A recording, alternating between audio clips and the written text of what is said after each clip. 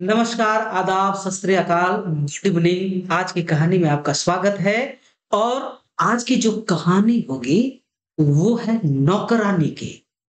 भागम-भाग की ज़िंदगी है, लोग बहुत व्यस्त हैं और ऐसे व्यस्तता में हर कोई चाहता है कि एक नौकर हो या नौकरानी हो और जो सक्षम है वो रखते भी हैं और जो सक्षम नहीं है, वो रखने के लिए सोचते भी हैं। उनके लिए आज का कहानी बड़ा ही महत्वपूर्ण होने वाला है। ऐसा ही एक परिवार गाज़ियाबाद के पॉश इलाके में 3 मंजिले में रहती थी। उन्हें भी एक नौकरानी चाहिए था। अब नौकरानी चाहिए था तो पेपर में ऐड देखना शुरू किया उन्होंने। ऐड मिल भी गया। अक्सर मेड से संबंधित एडवर्टाइज़मेंट आती रहती है। उन्होंने एक ऐड देखा और उस नंबर पे कॉल किया। बातचीत हो गई, नौकरानी इनको मिल गई फ़ोन पे। तय ये हुआ कि ठीक है, कल आप हमारे घर पे उनको लेकर आ जाओ, जो काम करेंगी। सामने वाला व्यक्ति ने कहा कि ठीक है, हम कल मैम इन्हें साथ में लेकर आते हैं। अब ये जो बातचीत कर रहा था वो तय समय पर उस 3 मंजिले मकान में पहुँचता है। बेल दबाता है,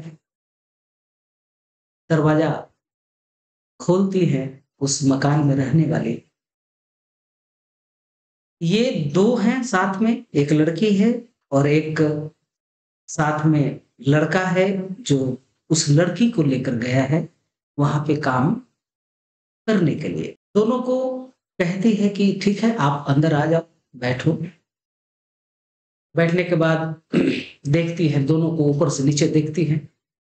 देखने के बाद उस लड़के से नाम पूछती हैं कि क्या नाम है आपका? वो बताता है नाम कि मेरा नाम सचिन है। फिर वो पूछती हैं कि भाई इसका क्या नाम?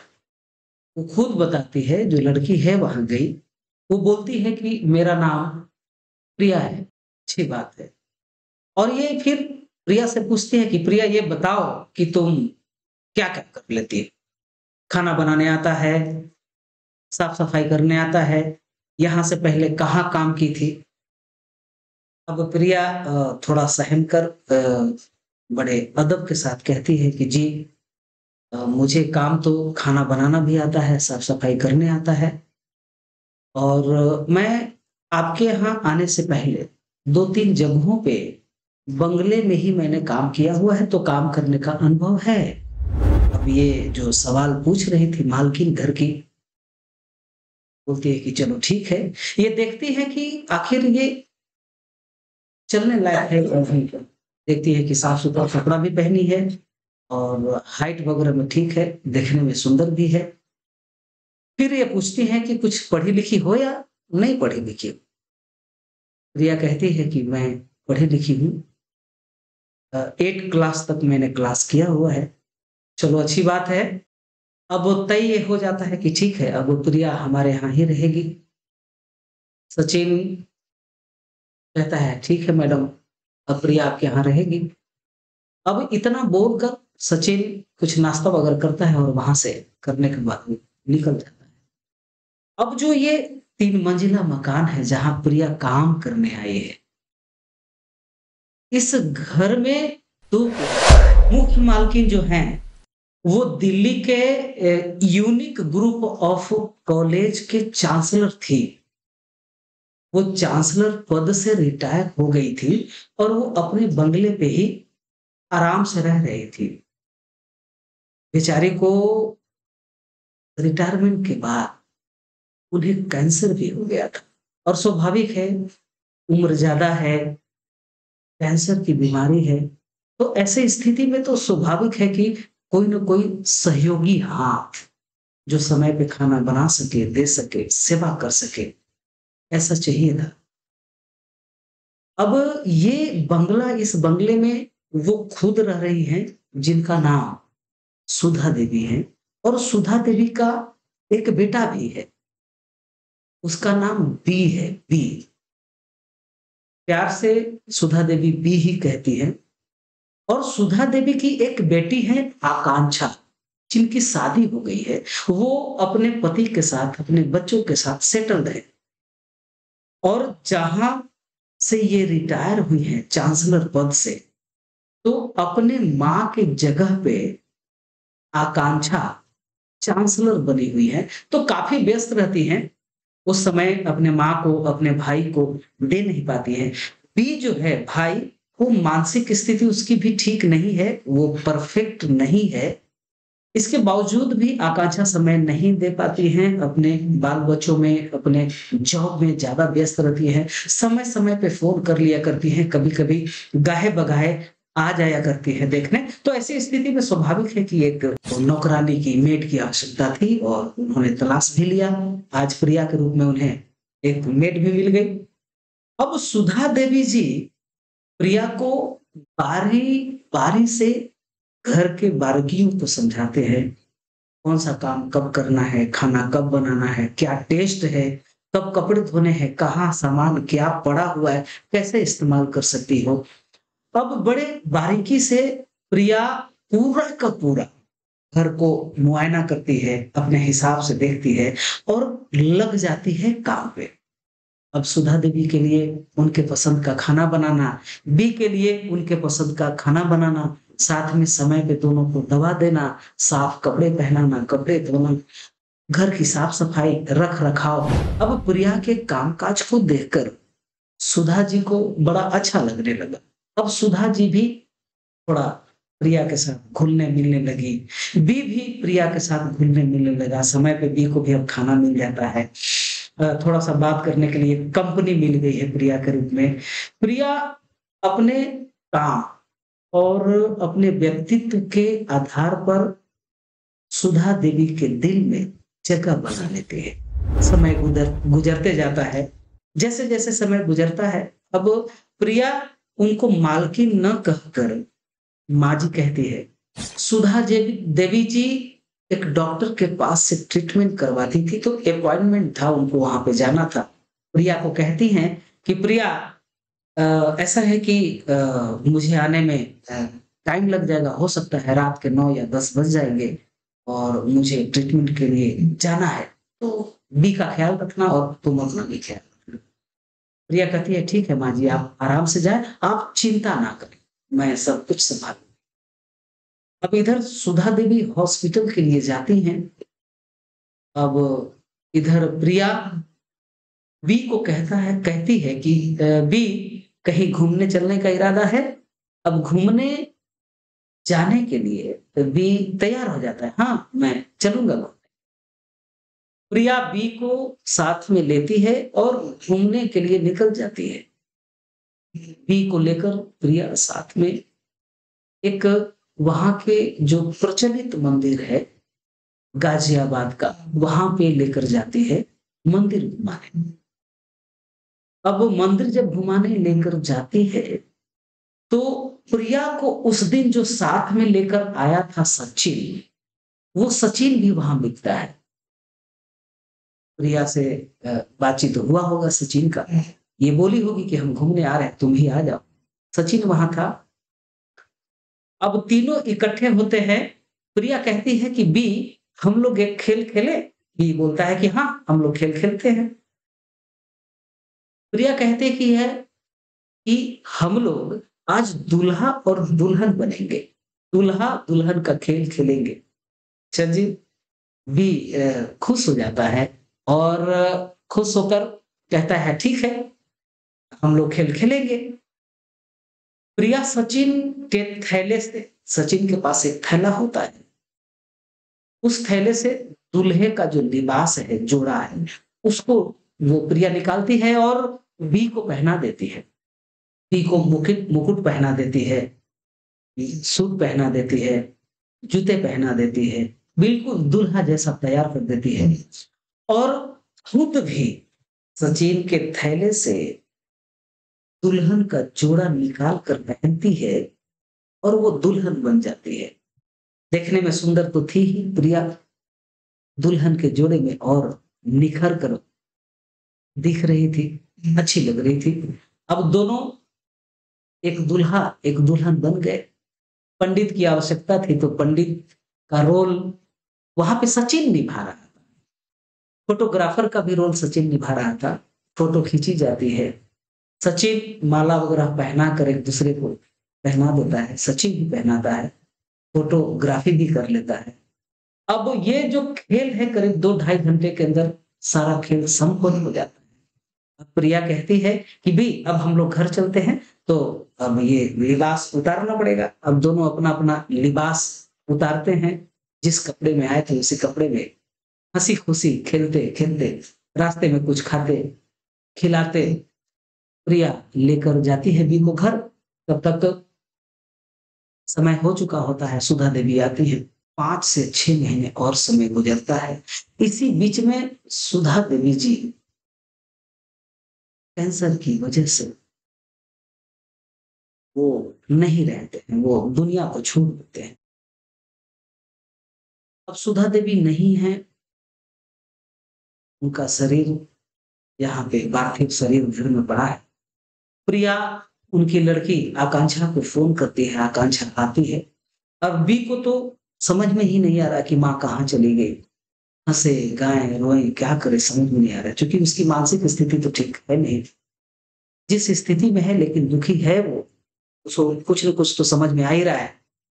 आकांक्षा आती है, बाकी के क्रियाक्रम जितने भी हैं वो निपटाती है, अपने रीति-रिवाज के हिसाब से। अब बी को माँ के बगैर आकांक्षा कैसे प्रिया के भरोसे छोड़ सकती है? स्वाभाविक है कि कोई भी नहीं छोड़ेगा, हम भी नहीं, आप भी नहीं। प्रिया कहती है कि आकांक्षा दी मैं बी का ख्याल रखूँगी, आप चिंता ना करें। लेकिन आकांक्षा कहती है कि प्रिया ऐसा है कि अब माँ भी नहीं है और भाई भी उतना ठीक नहीं है, तो हम भी समय दे नहीं पाते हैं, क्यों ना मैं बी को अपने घर लेकर चली जाऊँ, आपके भरोसे अब नहीं छोड़ सकता। आपने जितना भी सेवा किया इसके लिए धन्यवाद। आपको समय-समय पे आपका जो मेहनताना था वो तो आपको दिया गया है, लेकिन आपने जो दिल से इतना सेवा किया हम इसका एहसान कभी भूलेंगे नहीं। प्रिया कहती है कि दीदी एहसान मैंने नहीं किया, ये मेरा घर है और मैं इस घर की बहू हूँ और मैंने अपना फर्ज निभाया है। प्रिया ये जब कहती है तो आकांक्षा को ऐसे लगता है कि 440 वोल्ट का झटका लग गया। स्वाभाविक है किसी को भी लगेगा। ये नौकरानी कह रही है कि मैं इस घर की बहू, अरे तू कब बन गई इस घर की बहू? आकांक्षा जोर से चिल्लाती है, तुझे पता है कि तू क्या कह रही है? अपने औकात में रहकर बात कर। रिया कहती है कि दीदी मैं अपने औकात में ही हूँ। अब आपको भी अपने औकात में रह के हमसे बात करना पड़ेगा, क्योंकि मैं इस घर की बीबी हूँ। मैं इस घर की बहू भी हूँ। भी मेरा पति है और अगर आपको यकीन नहीं होता है, ये देखिए तस्वीर, मैंने शादी किया है बजाते बी के साथ। तो याद होगा कि प्रिया उस दिन मंदिर में ले जाकर दूल्हा और दुल्हन का खेल खेली थी और शायद वो खेल आज के दिन के लिए ही था शायद। आकांक्षा परेशान हो जाती है, फोटो भी देखती है। अब क्या बोले आकांक्षा? अब दोनों में काफ़ी बातचीत होता है, झगड़ा हो जाता है, गुस्सा आकांक्षा होती है, गुस्सा प्रिया भी हो जाती है। पैर पटकते हुए आकांक्षा उस घर से बाहर निकलती है। वापस अपने हस्बैंड के पास आती है, सारी बात अपने पति को बताती है, बाकी अपने रिलेशन वालों को बताती है, अपने दोस्तों को बताती है आकांक्षा कि ऐसा-ऐसा हो रहा है। अब ये परेशानी का हल के लिए आकांक्षा के पति कहते हैं कि इसका निदान क्यों ना मम्मी के वकील से एक बार पूछा जाए। आकांक्षा कहती है कि आप ठीक कह रहे हैं। दोनों पति और पत्नी सीधे अपने माँ के वकील के पास जाते हैं, शुक्ला अंकल के पास। शुक्ला अंकल के पास जाने के बाद सारी बात आकांक्षा बताती है। आकांक्षा के बातों को सुनकर शुक्ला अंकल वकील साहब मुस्कुराने लगते हैं। आकांक्षा कहती है कि मैं यहाँ पागल हुए जा रही हूँ और आप ऐसी बातें करते हैं। अंकल, उस मकान का कीमत पता है ना आपको क्या है? 6 से 7 करोड़ है और उस नौकरानी का नजर उसी मकान पे है अंकल। वो हड़पना चाहती है। शुक्ला अंकल कहते हैं आप घबराइए नहीं। शुक्ला अंकल जो बात बताते हैं आकांक्षा, ये सुनकर आकांक्षा खुश हो जाती है, हंसने लगती है, मुस्कुराने लगती है। अब ये कौन सी बात होगी कि आकांक्षा ये बात सुनकर हंसने लगी? शुक्ला अंकल बताते हैं कि आकांक्षा, आपकी माँ को मरने से पहले वो खुद आई थी और वसीयतनामा लिखवा कर गई हैं। पूरा घर और उनकी सारी प्रॉपर्टी का मालिक आप हैं। आपके नाम का वसीयतनामा है और वो वसीयत को निकालते हैं शुक्ला अंकल और आकांक्षा के सामने अपने टेबल पर रख देते हैं। देखो पढ़ लो। जैसे ही वो पढ़ती है, आकांक्षा खुश हो जाती है। लेकिन समस्या तो है, क्योंकि प्रिया वहां उस घर की बहू बनकर वहां पे बैठी हुई है, इतरा रही है वो, नौकरानी से मालकन बन गई है वो, क्योंकि अब वो उसने 20 से शादी जो कर लिया है मंदिर के अंदर। आकांक्षा शुक्ला अंकल वकील साहब को कहती है कि आप हमारे साथ चलिए। अब ये दोनों और आकांक्षा के पति साथ में उसी बंगले पे जाते हैं जहां की मालकिन बनी बैठी है एक नौकरानी। दरवाजे पे बेल बजा के अंदर से प्रिया जब खोलती है, अब गुस्से में आकांक्षा अंदर जाती है, कहती है कि प्रिया एक काम करो, अभी का अभी अपना बोरिया बिस्तर बांधो और यहां से निकलो। 1 सेकंड भी मैं देखना नहीं चाहती तुम्हें। अब ये जैसे ही आकांक्षा बोलती है, जोर से, इसके जोर की आवाज को सुनकर अंदर से सचिन बाहर निकलता है। आकांक्षा को जाने के बाद प्रिया सचिन को फोन करके बुला लेती है। सचिन भी गुस्से में आकांक्षा को देखता है और घुरा कर कहता है, आप बकवास बंद करेंगे? आप खुद से यहां से निकलेंगे या मैं धक्के मार के आपको यहां से बाहर निकालूं? अब इतना कहने के बाद गुस्से में खड़ा हो जाता है सचिन। जब ये बात शुक्ला अंकल वकील सुनते हैं, वो भी गुस्से में आ जाते हैं, कहते हैं, लड़के तुमको समझ में आ रहा है तो किससे बात कर रहा है? पेपर निकालते हैं और दिखाते हैं, देख जिससे तू बात कर रहा है वो इस प्रॉपर्टी की मालकिन है, इज्जत से बात करो, निकलो अभी के अभी, नहीं तो पुलिस यहां बुलाता हूं और अरेस्ट करवाता हूं तुम दोनों। जैसे ही वो सचिन पेपर देखता है, प्रिया जैसे ही वो पेपर देखती है, चेहरा एकदम से फीका पड़ जाता है। जमीन इसके पैरों के नीचे से, दोनों के पैरों के नीचे से निकल जाती है। ये क्या हो गया? ये तो मैं नहीं जानती थी। ये बात का पता मुझे क्यों नहीं चला? सुधा देवी तो कभी नहीं बताई, कभी ऐसा जिक्र नहीं की। अब जितना भी अकड़ प्रिया और सचिन इन लोगों को दिखा रहे थे, सच्चाई जानने के बाद तोते उड़ गए इन दोनों का। इसके बावजूद भी दोनों अड़े हुए। प्रिया और वकील थाने में फोन करते हैं।